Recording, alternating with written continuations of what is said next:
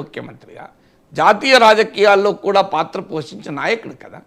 అసలు ఏ స్టేచర్ లేని నాయకుని పట్ల కూడా ఉండకూడదు. అసలు ఏ వ్యక్తిని గౌరవించాలి కదా. ఆఖరికి చంద్రబాబు నాయుడు కుటుంబం గురించి కూడా ప్రస్తావించే స్థాయికి వైసీపీ ఆ సమయంలో దిగజారింది. మీరు సభలో జరిగింది మనం అందరం చూసాం కదా. వైసీపీ వాళ్ళు జగన్మోహన్ రెడ్డి అప్పుడైనా చీవాట్లు పెట్టాల్సిందే.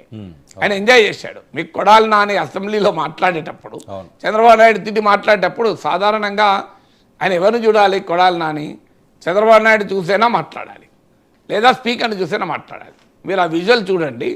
ఆయన జగన్మోహన్ రెడ్డి ఫేస్ చూస్తూ మాట్లాడుతున్నాడు. అంటే అర్థం ఏంటి? నేను నిన్ను ఆనందపరుస్తున్నాను కదా అని. సో అలా చేయకూడదు కదా. సో ఇలాంటి చర్యల వల్లనే, చేష్టల వల్లనే వైసీపీ స్థాయికి వచ్చింది.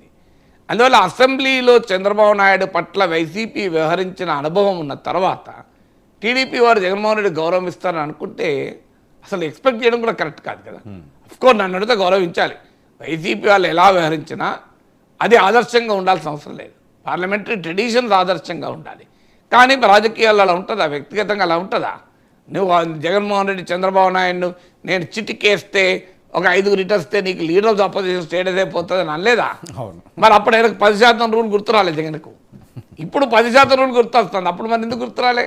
అందువల్ల ఎవరు చేసిన కర్మలకు వాళ్ళ బాధ్యుడు కావాల్సిందే. ఇదే కదా గీతాచార్యులు చెప్పింది. సో అందువల్ల జగన్మోహన్ రెడ్డికి అసెంబ్లీలో గౌరవం ఉంటుంది అని నేను అనుకోను. ఒకవేళ ఉంటే ఆశ్చర్యమే. ఒక జగన్మోహన్ రెడ్డి ఎలా వ్యవహరించినా ఆయనకు సభలో గౌరవం ఇవ్వాలనే నేను కోరుకుంటాను. కానీ తాను చెయ్యంది, తాను ఇవ్వంది, తనకు రావాలని కోరుకోవడం అత్యాశ అవుతుంది కదా. కానీ మరి అయినా కూడా చంద్రబాబు నాయుడు ఏం చేశాడు? ఇన్ని అవమానాల పరిస్థితి కూడా అసెంబ్లీకి వెళ్ళాడు కదా. రాజశేఖర రెడ్డి టైంలో కూడా మనం చంద్రబాబు నాయుడు టార్గెట్గా రాజశేఖర రెడ్డి ఎన్ని మాట్లాడాడు మనం చూడలేదా? బట్ స్టిల్ 10 ఏళ్ళు అసెంబ్లీకి వెళ్ళాడు. ప్రజలు దాన్ని గౌరవించి 2014 అధికారం ఇచ్చారు. మళ్ళీ 5 ఏళ్ళు లాస్ట్లో ఆయన సతీమణి గురించి కూడా మాట్లాడిన దానికి ఆయన తీవ్రంగా మానసిక క్షోభకు గురై నేను మళ్ళీ ముఖ్యమంత్రిగానే వస్తాను, గౌరవ సభ కాదు ఇది కౌరవ సభ అని చెప్పి వెళ్ళిపోయాడు. సో ఆ ఘటన జరిగేంత వరకు సభకు వచ్చాడు కదా. సభకు వచ్చాడు, 23 మంది ఎమ్మెల్యేలకే నాయకుడిగా ఉన్నాడు.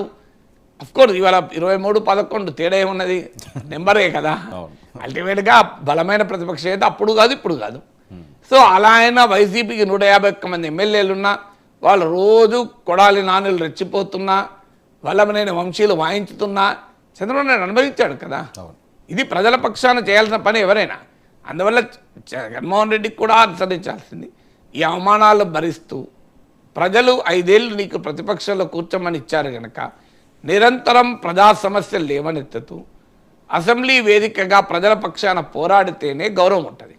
అది కాదు నేను ఎంపీగా వెళ్ళిపోతా లేదా సభకు రాను అని జగన్మోహన్ రెడ్డి కనుక నిర్ణయం తీసుకుంటే దానికి ఏ కారణమైనా చెప్పండి. లీడర్ ఆఫ్ ద అపోజిషన్ ఇవ్వలేదన్న కారణం చెప్పచ్చు, ఇంకే కారణం చెప్పినా ప్రజలు హర్షిస్తారని అనుకున్నది. రాజకీయాల్లో నాయకులు చేయాల్సిన పని కాదు. ప్రతిపక్షంలో ఉన్నప్పుడు ప్రజలు ఆ పాత్ర కూడా పోషించాలి. ఆ పాత్ర పోషించమని ప్రజలు తీర్పు చెప్పారు. అవమానాలు ఉంటే రాజకీయాలు అవమానాలు ఉండవా? పబ్లిక్ లైఫ్లో ఉన్నవాడు ఇలాంటి అవమానాల గురించి భయపడకూడదు. ఇవాళ నేను రోజు మాట్లాడుతున్నాను, నాలాంటి వాడిపైన మామూలుగా ట్రోలింగ్ చేయడం లేదు కదా. రకరకాల నీచమైన పద్ధతుల్లో అటాక్ చేస్తున్నారు.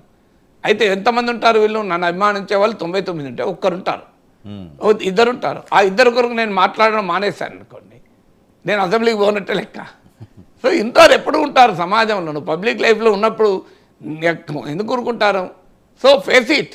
ఆ ధైర్యాన్ని చూపెట్టినప్పుడే మళ్ళీ రాజకీయ అవకాశాలు వస్తాయి. అందువల్ల పబ్లిక్ లైఫ్లో ఉండాలని కోరుకునే వ్యక్తి ఇలాంటి దాడులు జరుగుతాయి, అవమానాలు జరుగుతాయి, అభిమానాలు ఉంటాయి, 2 ఉంటాయి కదా. సో అందువల్ల ఈ అసెంబ్లీకి వెళ్ళాల్సిందే, అసెంబ్లీలో నిలబడి పోరాడాల్సిందే. అందుకు భిన్నమైన నిర్ణయం తీసుకుంటే అది ఆయనకే నష్టం. అయితే నేను చాలామంది జగన్మోహన్ రెడ్డి సన్నిహితులను కూడా అడిగాను. వాళ్ళు ఇచ్చే కామన్ కంక్లూజన్ ఏంటంటే, సార్ మాకు కూడా తెలియదు, మాతో కూడా ఏమీ అనలేదు, కానీ జగన్మోహన్ రెడ్డి మెంటాలిటీ తెలిసిన వాళ్ళుగా మేమైతే ఆయన అసెంబ్లీకి పోతారని అనుకోం సార్ అంటారు. ఇది చాలా దగ్గరగా ఉన్న వాళ్ళు, జగన్కు చాలా అత్యంత సన్నిహితంగా ఉన్న వాళ్ళని అడిగాను నేను. మాకున్న అంచనా ఆయన స్వభావం చూసిన వాళ్ళుగా, ఆయన మెంటాలిటీ చూసిన వాళ్ళుగా ఆయన అయితే సభకు పోతారని అనుకోం సార్ అన్నాడు. మరి చూడాలి ఏం చేస్తాడు జగన్.